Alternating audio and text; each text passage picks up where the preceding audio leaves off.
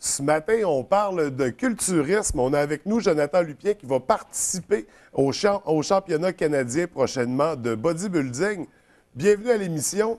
Salut. Écoute, je veux commencer. Je connais pas beaucoup le culturisme. J'aimerais ça qu'on démystifie tout ça un peu. Mais d'abord, je voudrais savoir, ça fait combien de temps que tu pratiques cette passion-là? Ça fait une vingtaine d'années que je pratique, que je m'entraîne, autrement dit. Mais vraiment, sérieusement, pour les compétitions, ça fait 8 ans. C'est à quel moment il y a eu le déclic là, de passer de l'entraînement à je m'entraîne pour le culturisme? À un moment donné, je m'entraînais, puis je voyais que, tu sais, que j'avais un potentiel pour peut-être aller plus loin, puis il y a du bon qui m'ont l'ont suggéré, puis j'ai commencé à suivre des diètes, puis tout ça, puis j'ai vu que ma génétique répondait bien, fait que je me suis lancé dans les compétitions suite à ça. OK. On parle, la génétique répondait bien. Est-ce que ça veut dire que c'est pas tout le monde qui pourrait s'entraîner dans ce but-là? Oui, tout le monde, mais tu sais, il y en a qui c'est plus vite que d'autres. Il y en a qui OK. répondent mieux, il y en a que les muscles sortent plus rapidement, puis qui répondent mieux à la diète, là, autrement dit, là, les protéines, les glucides, qui répondent bien à des diètes semblables pour le culturisme. Puis toi, visiblement, ça répond très bien parce que 3 compétitions à ton actif de fait, Ouais. 3 belles compétitions, 2 premières positions, une troisième. Oui. Ça, c'est des compétitions qui sont considérées comme amateurs. C'est quoi la différence entre le culturisme amateur et le culturisme professionnel? Amateur, c'est plus. Tu te trouves des commanditaires, mais c'est moins commandité que si tu tombes professionnel, là, OK. autrement dit. Là, il y a un salaire qui embarque, puis tu as plus d'aide. Puis là, on parle de professionnel, rendu là, t'as envie, ça devient un métier ou. Oui, ça peut devenir un métier, OK, oui. ah, carrément. Tu te promènes à la tour du monde, tu fais des compétitions. Mais là, c'est ça, on peut dire que t'es encore dans les débuts. Là, ça va être la 4e compétition qui est, je pense, qui est une compétition très importante au niveau du culturisme amateur qui peut peut-être faire le pas de l'amateur au professionnel, le championnat canadien. C'est un honneur pour toi de participer à ça. Comment ça fonctionne? Est-ce que tu t'es fait remarquer et t'es invité ou il faut s'inscrire aux compétitions? Il y a des. Non, pour se rendre au championnat canadien, il faut que tu te classes, il faut que tu suives le cheminement des compétitions. Ouais. Tu commences une compétition, une autre, puis après ça, suite, tu tombes au provincial. Et puis rendu au provincial, il faut que tu sois dans les 3 premiers de ta catégorie OK. pour pouvoir être éligible au championnat canadien. OK. Puis ça, c'est vraiment la dernière étape. Après ça, après Oui, une sinon après compétition ça, c'est comme ça. professionnel, oui. Puis professionnel, là, c'est partout dans le monde. C'est IFBB Pro, c'est partout dans le monde. C'est comme un peu la Ligue nationale du culturisme. OK. À quoi ça ressemble l'entraînement pour le bodybuilding? L'entraînement, c'est 6 fois par semaine, environ 1 heure et demie. Au début de ta préparation. Oui. C'est 6 repas par jour. Et puis, plus que ça avance, même vers la fin, tu peux tomber à 2 entraînements par jour. Là. Dans OK. les derniers temps, là, Ouais, juste avant les compétitions. ouais, ça veut dire, tu y vas le matin une fois t'entraîner, puis ça prend 6 heures de repos entre les deux pour faire ton deuxième entraînement. Fait que c'est un choix, c'est un mode de vie, ça. Là. Ben, c'est un mode de vie. C'est toute la journée, c'est tes repas, tu prépares tes repas, tu manges tes repas.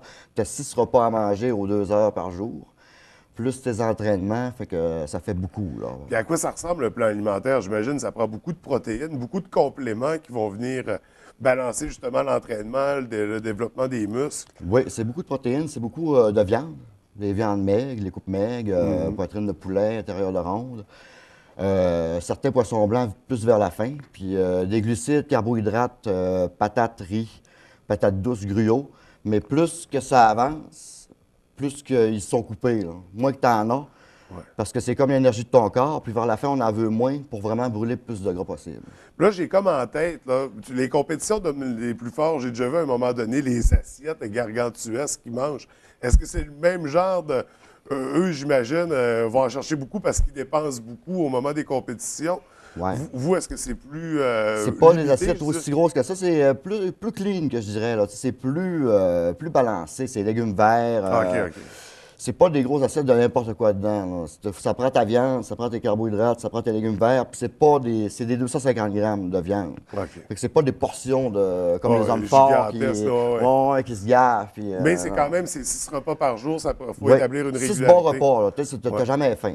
Là. OK. Pour venir justement balancer avec l'entraînement puis le développement. Puis c'est ça, en début de compétition, en début de compétition, quand on se rapproche, ça devient plus. Est-ce que les repas deviennent plus. Il y a un changement aussi à ce niveau-là? Ouais, les portions diminuent, tu as moins de carbohydrates, même tu n'en as pratiquement plus vers la fin, puis tes portions viande diminuent. Là, c'est sûr que tu as plus faim vers la fin, là, plus que ça s'approche, là, vers les derniers mois, les dernières semaines, même, je dirais. Là, tu as plus faim, tu te sens plus, c'est plus irritable, plus. Puis j'aimerais savoir, juste avant les compétitions aussi, je crois qu'il faut déshydrater le corps. Ouais. Comment ça fonctionne? Explique-moi tout ça, là. Démystifie-moi cet aspect-là. OK. D'habitude, on commence à peu près 2-3 jours avant à déshydrater. Au début, tu prends beaucoup d'eau, puis ensuite, tu coupes l'eau totalement. Mais pas totalement. Tu peux prendre à peu près 75 ml par repas. OK. Puis en plus de ça, tu embarques des petits diurétiques naturels pour plus évacuer ton eau. Ça, en fait, c'est pour coller ta peau sur le muscle le plus possible. La couche d'eau entre la peau et le muscle, on la veut plus. OK. Fait qu'on essaie de la faire partir avec ça. Mais ça, c'est vraiment juste avant les compétitions. C'est juste pas un avant, truc, c'est dur, là. Ouais, tu peux pas j'imagine vivre comme que- ça une semaine de temps, là. Ah, ça c'est doit être vraiment 3 jours, 2-3 ouais. jours, là, t'es tanné à la fin, là. Ouais. Fait que ça, c'est une étape, la déshydratation. Après ça, au niveau de l'alimentation, ces 2-3 jours-là, j'imagine qu'on resserre aussi. Non, tu manges beaucoup, en OK. plus. Fait que là, t'as soif, puis en plus, tu manges beaucoup Ouais. ces derniers jours-là. Fait que il y a vraiment aucun moment dans le culturiste qui est vraiment le fun. Ouais, c'est- Parce qu'à un moment donné, tu n'as plus de nourriture, tu bois beaucoup. Puis vers la fin, tu as beaucoup de nourriture, mais tu bois plus. Fait que là, il n'y a pas vraiment de passe tripante, là, comme on pourrait dire. Fait que c'est psychologique, là. C'est très psychologique. Tu te bats contre comme, ton mental beaucoup. Ouais. Et puis toi, c'est quoi? Où tu vas chercher ton intérêt là-dedans? Il est où le déclic qui fait que c'est une passion puis que tu adores ça, vivre ça? Ben, c'est toujours des défis. Tu sais. Chaque préparation, chaque trophée que tu gagnes, c'est beaucoup de travail, c'est des défis. Tu sais, c'est pas tout le monde qui peut faire ça. Puis de le faire, ça montre une grande force de caractère, Ouais. puis de la volonté. Puis ensuite, ben moi, arriver sur le stage, je trouve que c'est tellement gratifiant. Là. Le moment que tu vas montrer ton résultat Ouais. de tout ton travail, de 6 mois de travail, c'est sûr que c'est 1 minute ou 2 sur le stage, mais ce moment-là, là, il est incroyable. Là. Tu montres ton travail que tu as fait, Puis c'est ça, puis c'est ce que pas... tu as réussi à faire. Là, tu sais. C'est du travail, c'est ce que tu as accompli en 8 ans, c'est un résultat de... Ouais, c'est pas juste ça. C'est plus que les années avancent, plus que tu fais des compétitions, plus que tu t'améliores tout Ouais. le temps. Fait que c'est sûr que quand tu vois ton corps changer en plus, fait que ça donne le goût de continuer. Puis toujours dans la préparation, juste avant la compétition, je crois que il y a de la vaseline qui était en... C'est quoi Non, qui était en... c'est du tan. C'est OK. c'est comme un genre de bronzage en spray. Là. OK. C'est comme luisant, ça fait ressortir les muscles, C'est pas j'imagine. luisant, c'est mat, mais c'est comme un spray tan là, pour te rendre plus foncé. OK. Puis tu te donnes 2-3 couches, je crois. Mais ça, c'est vraiment parce que tu as à peu près, je sais pas comment de watts, le spot que tu as sur le stage, sur toi, Il est très il y a de chaud. watts, là, mais c'est parce que tu aurais l'air vraiment blême si tu n'aurais pas ça. OK, OK. Puis en plus de faire Fait que c'est du ressortir la maquillage de définition de ton scène, là. muscle, Ouais. ouais, c'est du maquillage de scène. Puis ça fait sortir la définition de ton muscle, puis toutes les stries, puis la symétrie que les juges veulent juger. Puis justement, c'est quoi les critères quand on arrive en compétition, les critères qui sont jugés? Là, sûrement, la masse musculaire, on s'en doute. Oui. Mais à part ça, les critères qui vont être évalués. Il y a beaucoup l'esthétique, la symétrie. C'est les épaules sont proportionnelles aux jambes, les pectoraux sont proportionnels aux bras, tu sais, là. Fait que tu peux pas surentraîner une partie, il faut que ça balance tout le temps. C'est ça, ouais. Il faut que le plus possible que ça balance. C'est comme ça que tu vas paraître le mieux, que tu as plus de chances de remporter. Tous tes muscles pas mal égales, c'est rien de trop gros, rien de... Tout d'assez gros, mais rien de plus Ouais, ouais. gros que le reste. Il faut que ça soit proportionnel. faut que ça soit symétrique, proportionnel, oui.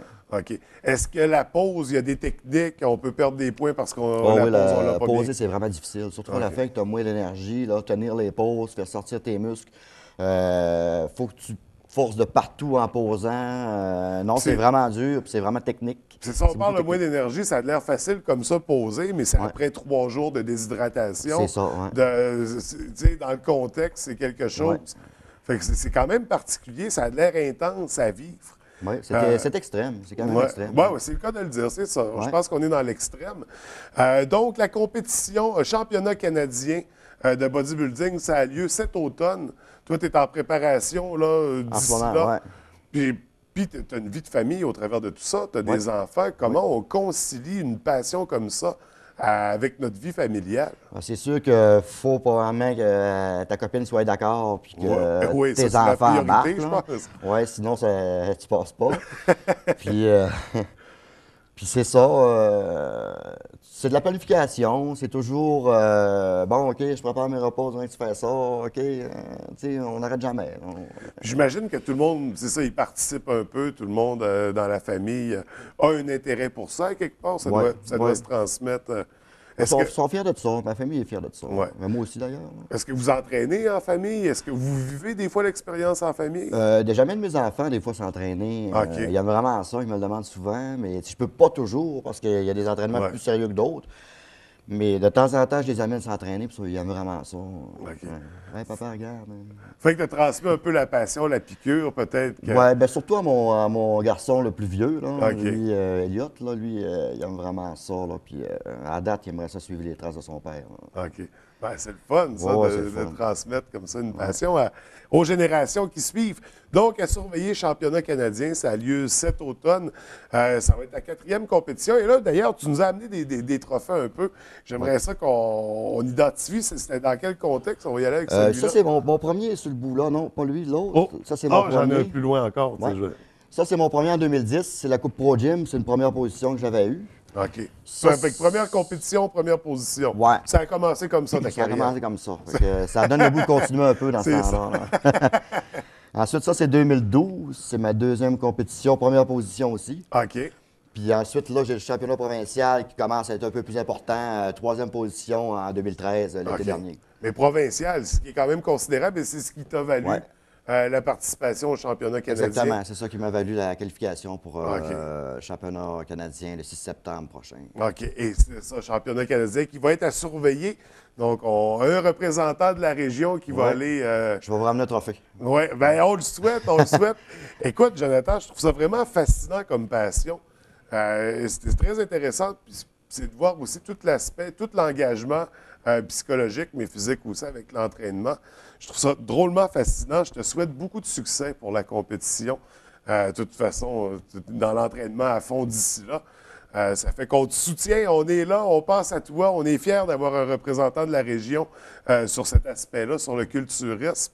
Fait que chapeau pour tes trophées, tes compétitions. Beaucoup de succès pour le championnat canadien. Puis au plaisir de se revoir et d'en reparler puis de faire un retour là-dessus. Super. Hey, merci beaucoup. Merci beaucoup.